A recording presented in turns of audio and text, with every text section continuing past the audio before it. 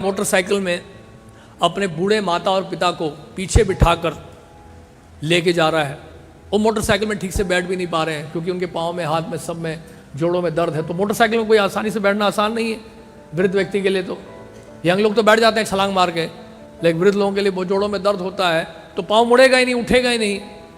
वो बड़े मुश्किल से उनको ज़बरदस्ती बिठाया पीछे और आगे वो बैठा हुआ है। और जैसे ओल्ड एज होम आया, जानते क्या किया उस व्यक्ति ने? उनका थैला उठाया और ऐसे ज़मीन पर फेंक दिया सड़क पे।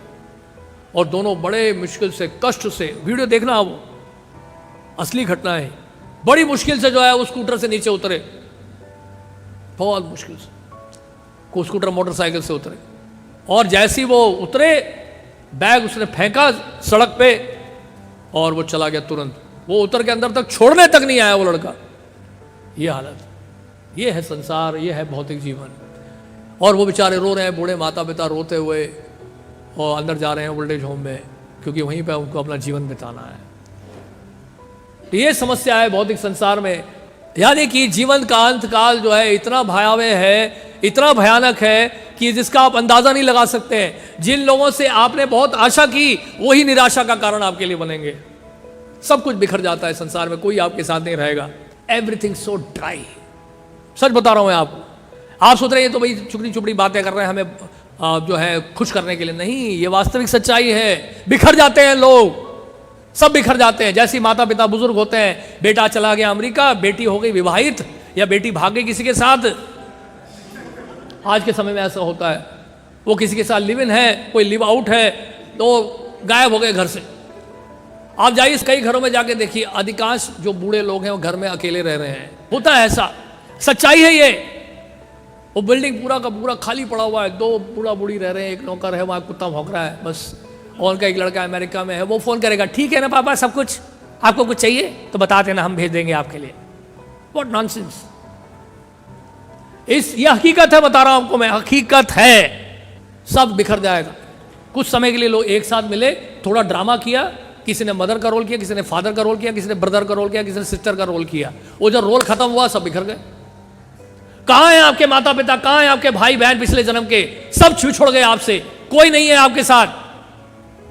कहां हैं आपके दोस्त, कहां हैं आपके मित्र जो आपके साथ खेला करते थे, जिनके साथ कंचा गुल्ली डंडा खेलते थे? आजकल वीडियो गेम्स खेलते हैं, स्मार्टफोन में लगे रहते हैं लोग बच्चे। वो जमाना और था, ये जमाना और है।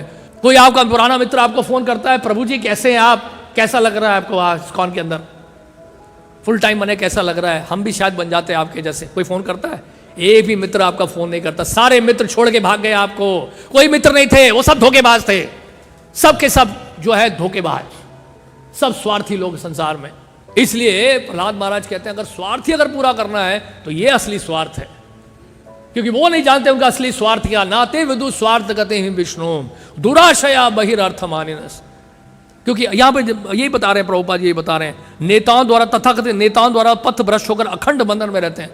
अंधा यथा निरूपणीय मानस तेपी स्वतंत्र मुरु दामनी बद्धा। ऐसे अंधे नेताओं के पीछे लगे, गड्ढे में गिर जाते हैं सब लोग, क्योंकि वो लोग भी गड्ढे में गिरे, इसलिए उनको भी गड्ढे में गिरना पड़ता है। माया जगत इसलिए बड़ा भयावह है।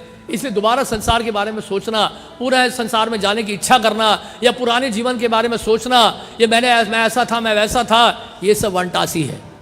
यानी कि कई बार एक पशु होता है, वो क्या करता है, उल्टी, अपनी ही उल्टी को खा लेता है। तो ऐसे नहीं बनना हम सबको। याद रखिए, हमारा जीवन स्पष्ट होना चाहिए कि हम इसलिए आए कहां में हैं और किस लिए आए यहां पर। हम भगवत प्राप्ति के लिए, कृष्ण भावना भावित होने के लिए यहां पर आए। हमारे जीवन में और कोई एजेंडा नहीं होना चाहिए कृष्ण के अलावा। कोट पढ़ रहा था प्रभुपाद के बारे में। प्रभुपाद बोल रहे हैं, सन्यासी का मतलब ये नहीं कि पत्नी नहीं, बच्चे नहीं, परिवार नहीं। सन्यासी का मतलब, प्रभुपाद कहते हैं कि उस कृष्ण के अलावा उनके जीवन में और कोई नहीं होता। सन्यासी का मतलब ये है,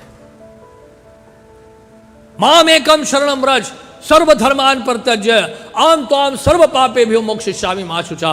डरो मत, सभी धर्मों को त्याग कर केवल मेरी शरण में आओ। अगर आप कन्विंस नहीं हुए तो दूसरों को क्या कन्विंस करोगे प्रभु जी, क्या प्रचार करोगे आप? अगर खुद ही हमारा हृदय, हमारा बंजर है, अकाल पड़ा हुआ है, तो दूसरों के जीवन में कैसे आप रस उत्पन्न करोगे? इसलिए साधना के द्वारा अनुकूल कार्य करने, कृष्ण भावना के श्रवण करना है, कीर्तन करना है, कृष्ण कथा हमें सुननी है, आध्यात्मिक जगत के बारे में सुनना है, वहां के बारे में अधिक से अधिक जानने का प्रयास करें। अगर वहां जाना है तो, वहां के बारे में जानना ही नहीं चाहते तो जाएंगे कैसे हम लोग, बताइए? इसलिए प्रभुपाद जी के गुरु महाराज कहते हैं जो कलकत्ता से होकर आए वही तो कलकत्ता के बारे में आपको बताएगा। प्रभु भक्ति सिद्धांत सरस्वती ठाकुर ने बोला है जो कलकत्ता से आया वही तो कलकत्ता के बारे में बताया है। यानी कि जिसको कृष्ण भावना की अनुभूति हुई है वही तो दूसरों को कृष्ण भावना दे सकता है। नहीं तो आप बात करोगे, सुविधाओं की बात करोगे बाहर जाकर, हमारे पास ये फैसिलिटी है, हमारे पास वो फैसिलिटी है, आ जाओ जी भक्त बन जाओ। व्हाट नॉनसेंस, ये प्रीचिंग है क्या? इस इज बोगस प्रीचिंग।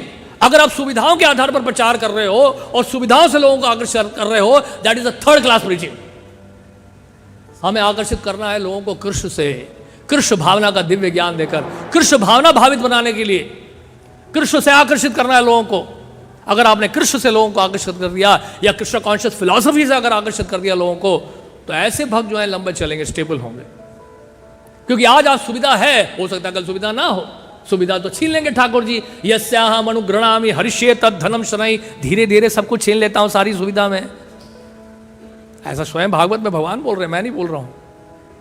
नहीं तो ऐसा होगा बस इंदिरा के जैसे कि भक्तों ठाकुर लिख रहे हैं, क्या लिख रहे हैं? मीछे निदा बोची गेलो रे राती दिवस शरीर साजे। यही कर रहे हैं, दिन में शरीर को सजाओ, रात को सो जाओ। ये कोई जीवन है? ये तो नर्क है।